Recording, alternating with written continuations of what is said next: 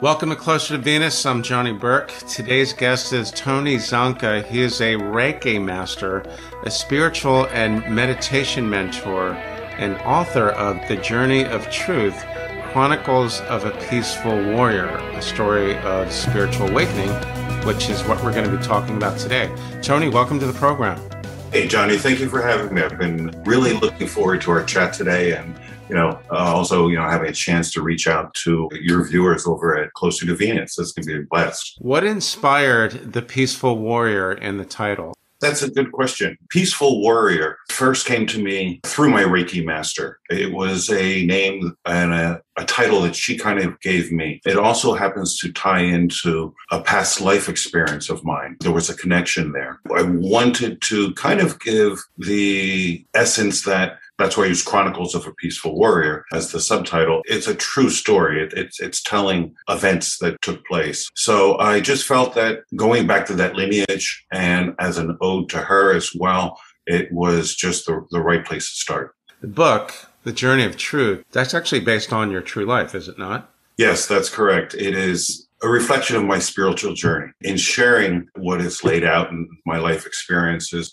Now, you'll notice that in the book, the character's name is Ray. I did this purposefully because I wanted to deflect the focus off of me or I. These are words, particularly I, that are of the ego. And I didn't want to reflect that in what was being shared and written. So I did it in a third person perspective through the eyes of Ray, if you will. Ray was kind of chosen for two reasons. Raymond's my middle name, so it kind of still reflects me personally using Ray. But perhaps more importantly, it also represents, at least to me, maybe subtly, subconsciously to the reader. Ray of Hope. Ray of Hope, exactly. You knew where I was going. You read my mind. It makes it more of a story about you and me and we rather than I. So the third person perspective makes it easier for you to tell the story. Maybe it might be a little bit more impactful. I don't know.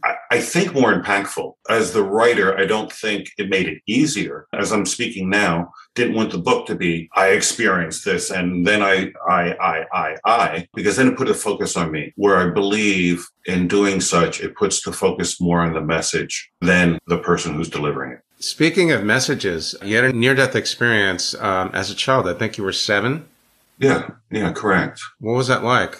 I'll tell you the story first, and I'll give you more of the experience. I was, about 7 years old and having a sleepover at my grandmother's house, who I refer to as Granny. Everything was fine. It was a normal sleepover, a wonderful day. We had some fun.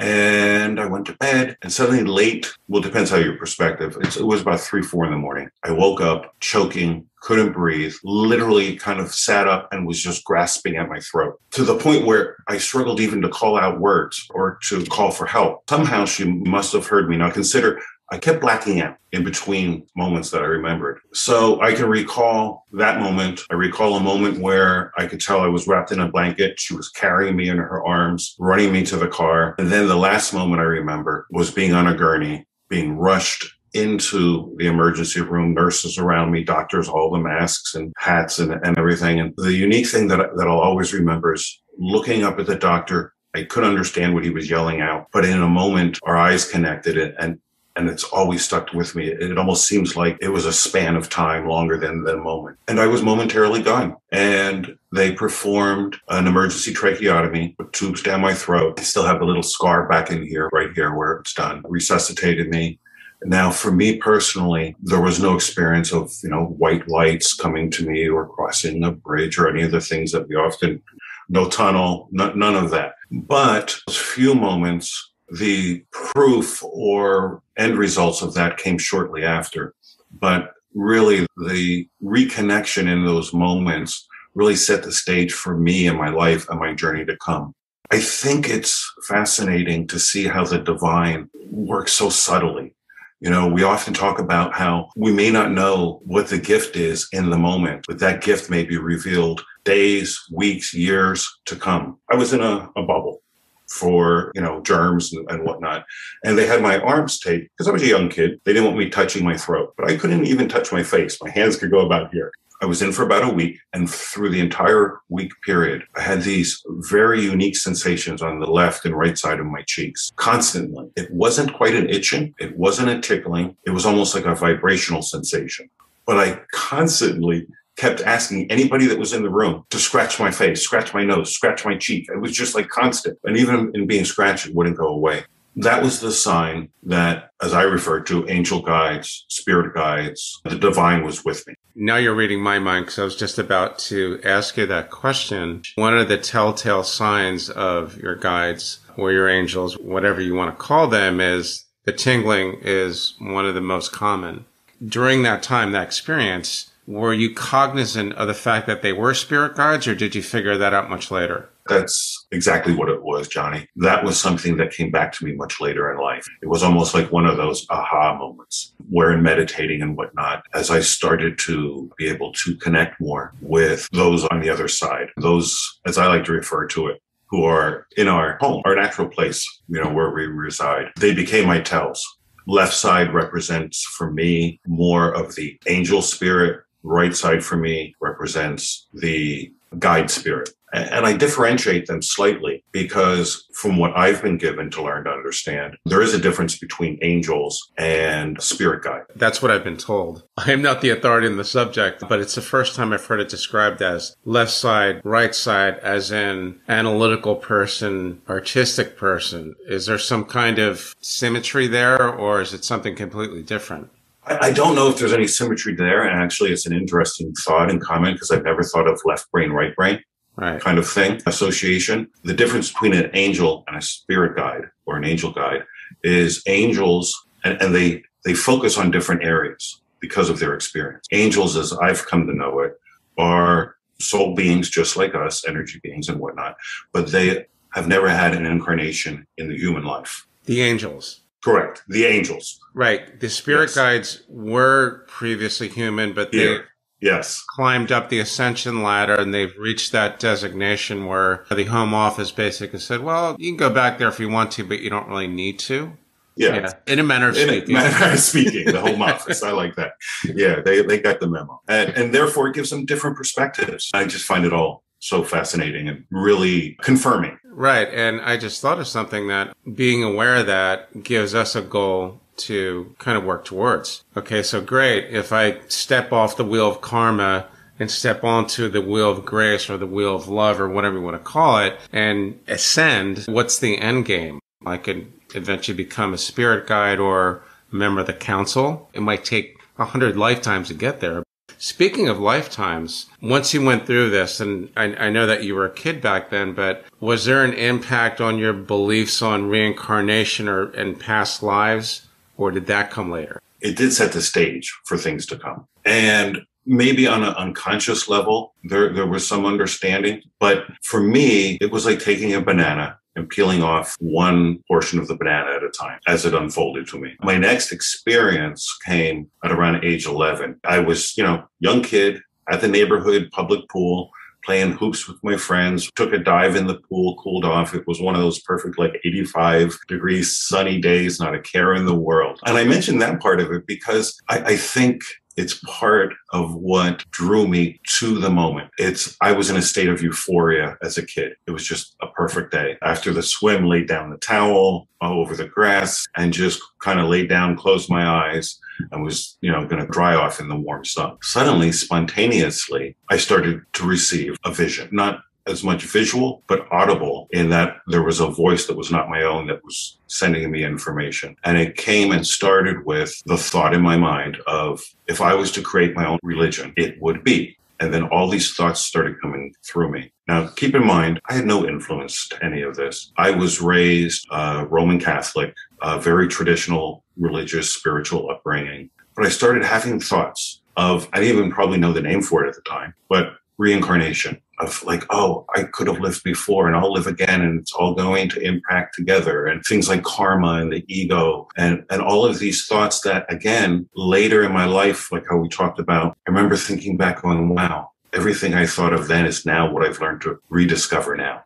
The first hints of that were when you were about 11 years old. Exactly. Right after you got done playing hoops. And laying on the grass in the warm sun. And I always remember the moment in that when I laid there, and I think we can all relate to this, although as a child, I had no frame of reference. One of the first things, I woke up kind of in a haze, a little bit, and I looked around, and I was like, has anybody else, did they know what happened here? Everything still seems normal around me, although I didn't feel quite the same for a little while. I remember thinking it felt like only a few moments of time, but it felt like an eternity of time within. You'd have to actually go through the experience because, as far as I've heard, these experiences have some kind of a crossover where time stops being linear, but the rest of us have to just try to imagine that.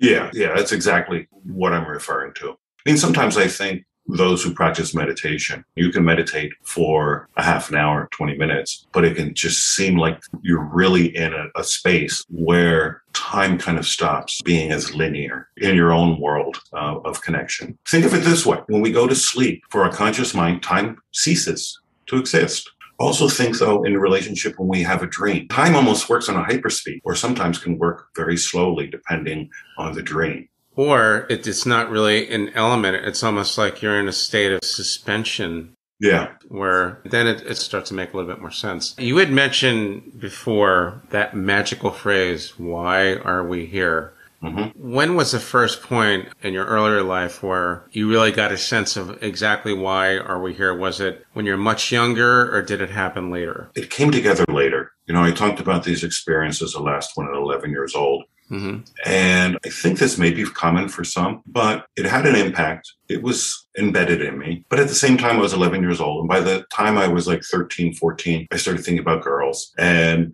sports and making the football team.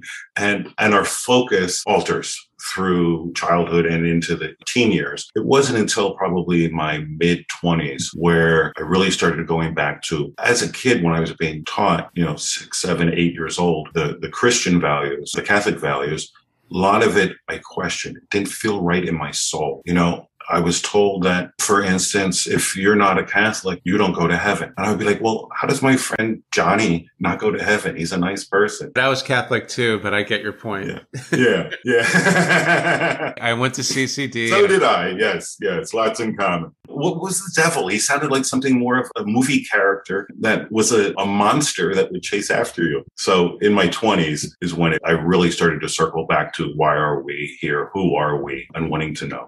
So you bring up a really good point about the church because, as many of us who grew up in the Northeast, I thought everybody went to church. Every kid went to CCD after school and so on. And I liked a lot of it because when you think about it, going to church is like meditating for some people. But I guess at what point do most people start to think, wait a minute, what you just told me about, if you're not Catholic or if you don't, for instance, give your life to Jesus, you go to hell, you're not saved. It seems like it happened pretty early for you, didn't it? Yeah, it really did. Probably 7, 8 years old, I was already questioning these things because, again, it didn't feel like it resonated with me. I had a conflict with what I considered the conflicts in what was taught. I was taught God is a loving God, but we must fear him. That in itself is a contradictory in statement. Right. And when an 8-year-old starts to think, what's wrong with this picture, there's an issue. We know what it is. It's probably a discussion for another day. But, when we talk about these kind of issues, we know pretty much right away that it basically is in conflict with what we were taught when we were younger, when we went to Mass and when we went to CCD and we would ask questions about reincarnation and the nun would look at us with almost like a dirty look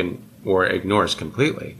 So how do we reconcile the new information, the new understanding with our Catholic or otherwise religious upbringing? That's interesting. I think a short answer, what my spirituality is, I would say I'm a New Age Christian Buddhist. It's a melding pot. You're taking what works for you, obviously. Right. In the Journey of Truth, I quote Bible verses because I still find, there is some value there. I don't throw it all away, but I put aside what just doesn't resonate. I also quote Buddha. I think there is no need to do away with anything other than anything that doesn't bring you closer to spirit, to God, to the divine. Mm-hmm. Much like the world, it's a melting pot. Why can't my beliefs be as well? I agree. I'm not sure who actually quoted this. When we talk about different religions and the path to the divine, to God, if you want to call it that, there are many roads that lead to the same destination. Buddhism, Hinduism, Christianity, Islam, Jainism, and so on, as long as you try to get to the divine and you notice that the three things that are the most important are love, compassion, and forgiveness, you're probably going to get there eventually. Yeah. Reincarnation, I've had this discussion with my Christian and sometimes hardcore Christian friends where they think it's interesting, but they're not really open to it because their pastor doesn't talk about it. Some Christians, Catholics, they pretty much reject it. So for those people that accept Buddhism, that brings up the thorny issue of karma. Mm-hmm. What has your experience taught you about karma, what you didn't already know?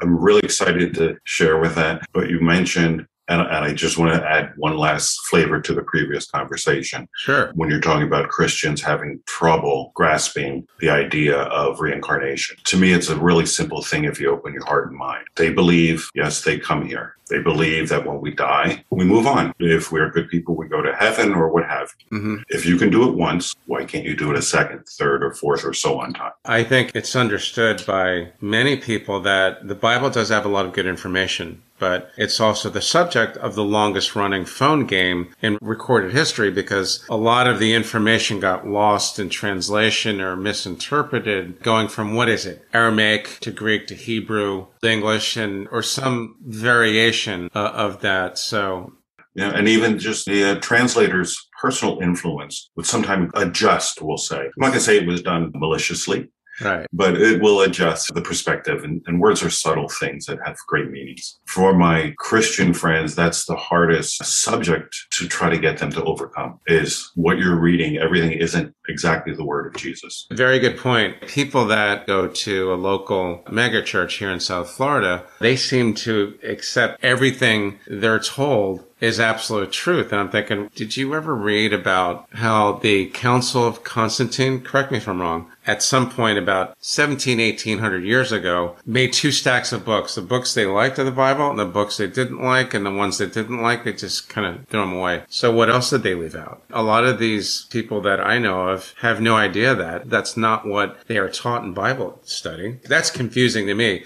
I knew that years ago, but that's for them to overcome, though. They have to do the research. They have to dig deep, and some of them are just, I think, complacent to stay in that bubble. It's safe. Yeah. Didn't Karl Marx once make a remark that religion is the opiate of the masses? Yeah, good recall.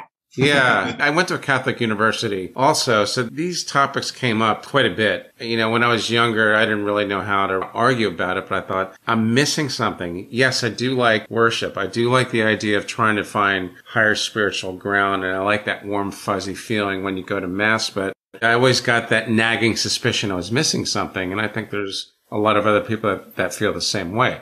So regarding karma. Yeah, let's circle back to karma. Yeah.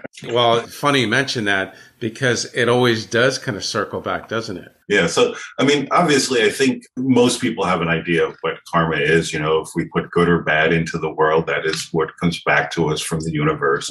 I think it's pretty commonly understood. However, I do think there's a failing for many to consider or understand. First of all, karma works on a grand scale, not only on an individual scale. As I've always believed and said, we are, as humanity, we are connected. My actions, your actions, everyone's actions impact each other. We are, in the right perspective, almost like one spirit playing out on many individual stages and characters. So through this connection, not only is there personal karma of what I put out, I draw back to me, but humanity as a whole, right on this planet right now. And we know how the state of affairs are throughout the world. We are putting that energy out and we are directing mankind, humanity, where as brothers and sisters, we're heading. It's creating the path. One of the gifts we have is free will. There's a divine consciousness. They could interfere and try to redirect us, but we are here to direct the direction of humanity. And that's a big part of the entire human consciousness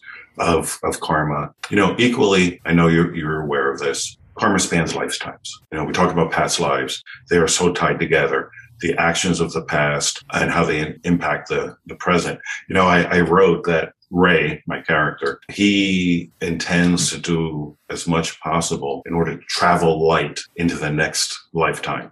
For instance, conscious decision, obviously, right? Exactly. Yeah. Okay. Yeah. I write how my parents in this lifetime and my wife both played the same roles, parents and wife in other past lifetimes. Now, they were separate, but they were other past lifetimes. And regarding my parents, there are issues which you can read about that I needed to face and overcome to gain back my own personal strength and voice. So your past lives, did you discover them through regression therapy or was that through meditation? I was very, at the time, educated on the whole idea of past lives. And my wife and I went to a local, very well-respected meditation class, which was basically to teach you and give you the experience of a past life meditation. In learning what I gained there, which was actually recovering the lifetime with my wife in a previous lifetime, and I had some things to make up for with her on that one. Through the meditation class, it gave me tools that I've even expanded upon that is shared in the book, not only learning through these techniques, how to remember, but also how to overcome and free yourselves of these past experiences and ties to the past. I've heard more and more people talk about how they can discover past lives through meditation. I know for some, going through a process through meditation to take yourself back, for some it can come very easily. For others, they may have to work on it. The biggest key to it is letting yourself go, have no expectations, and trust what you receive. If you can get over those boundaries, which is usually self-doubt, then it can flow to you pretty easily. Okay, and the fact that you've never done regression therapy tells me that the meditation route is obviously a good way to get there. Yeah, I mean, I look at it, you can do it for yourself without further assistance. In the book, you mention ego is the devil. We don't want to talk about the devil with hooves and, a pitchfork. How did you come up with that? My writing process was always, prior to writing, I would meditate. And I had a large picture of what subjects and topics I wanted to cover, but I would meditate on certain topics. And thoughts that I won't claim for my own would come into my mind. And it started to get very intense. And I think we'll chat on that a little bit further. And I would, after meditation, write down notes and whatnot. But this goes back to being a child, where this was one of the big things I really questioned, as I talked earlier. And suddenly it just came to me, looking at words, that if you take the story of Adam and Eve, and everywhere where Eve was tempted by the devil, and then also brought Adam along for the ride and influenced Adam. If everywhere where that is referenced, the words like devil, Satan, serpent, whatnot, if you simply interject the word ego, it suddenly starts to make a lot of sense. It's something that we can all relate to. It gives it a tangible reality in our life here today, rather than this mystical, unknown presence of, as you put it, the being with hooves. Okay. And that's a very interesting way to look at it. Is the devil purely a construct of our mind, or do you think it's actually like a fallen angel?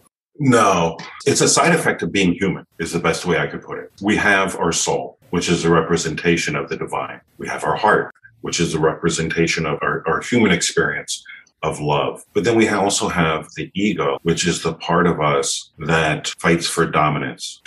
It's the part rooted in fear. And through fear, it seeks to dominate others, to hide its fear. It seeks to, I call it even, tricking us in order to manipulate us, to try to overcome its fears through, it could be drugs, it could be shopping addiction.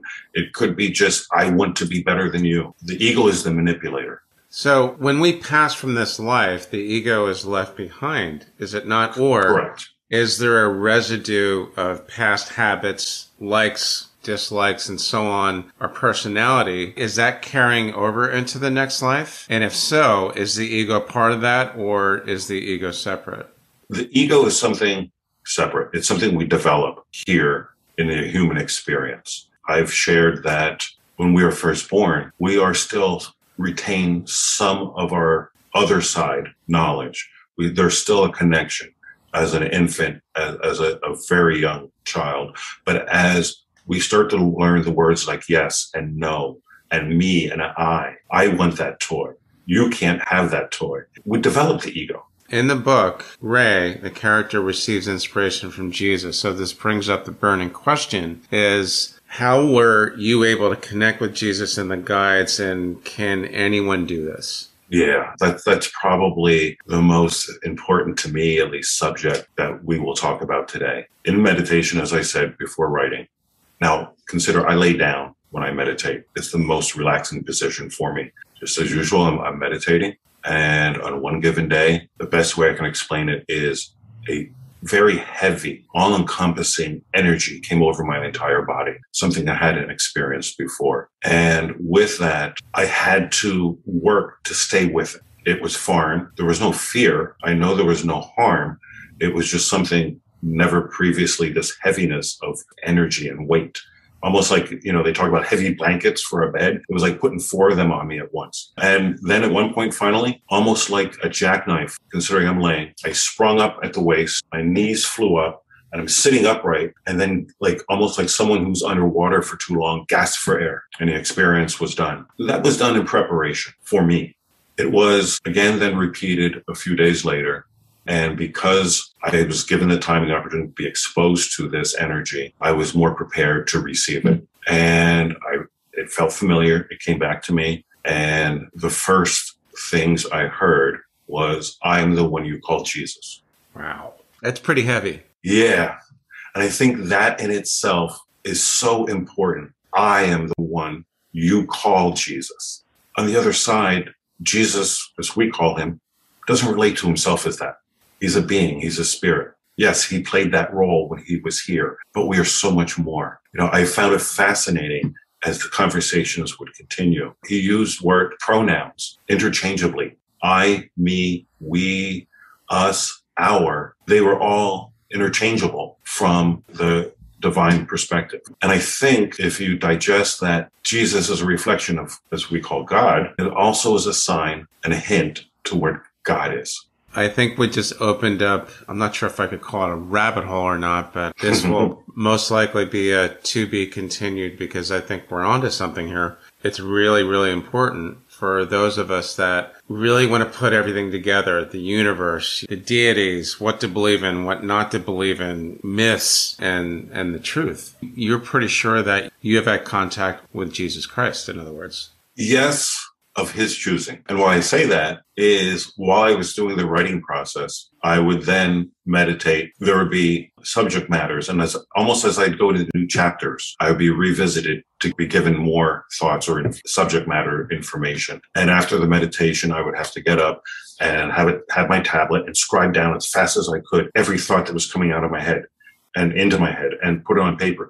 Because literally, if I waited an hour later, it would be gone. It would be lost. And I'd have to go back and even try to figure out my own handwriting because I was writing so fast. I'm sure I'm not the first person told about this experience. Has anyone ever questioned who that being was? Could that have been an imposter? I've heard stories about how demons, God forbid, and hope he's listening, have posed as friendly beings and spirits. Has that issue ever come up? I did have one long-term, spiritually very traditional friend who did question my sincerity, asking me well, do you feel what you're saying is parallel to Jesus's teachings in the Bible? Do you feel you have the same authority? He really questioned and came around and said, and quoted me a Bible script of the devil posing as the representation of God and things of that nature. And my only response to anybody who says that is, first of all, we can talk about how this has been done over centuries on many different subjects and areas,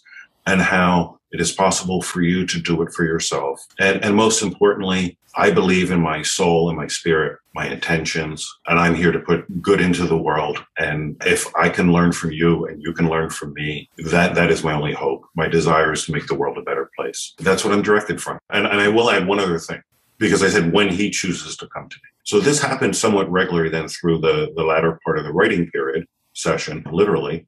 But once I was done writing, it hasn't reoccurred continually. There have been times in meditation where I would feel his presence. And it was almost like hey, I'm just saying hello to let you know that, yeah, you're still connected.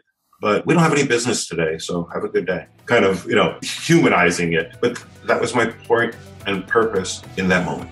To be continued. This is a very interesting subject. Tony, thanks so much for joining us today. For our listeners, how can they find you online? It's so simple. If you're looking for more information of what I've shared, if you're looking on where to get the book, there's many opportunities. You just go to Tony, Tony, R for Raymond, and And my last name, Zonca, ZONCA.com.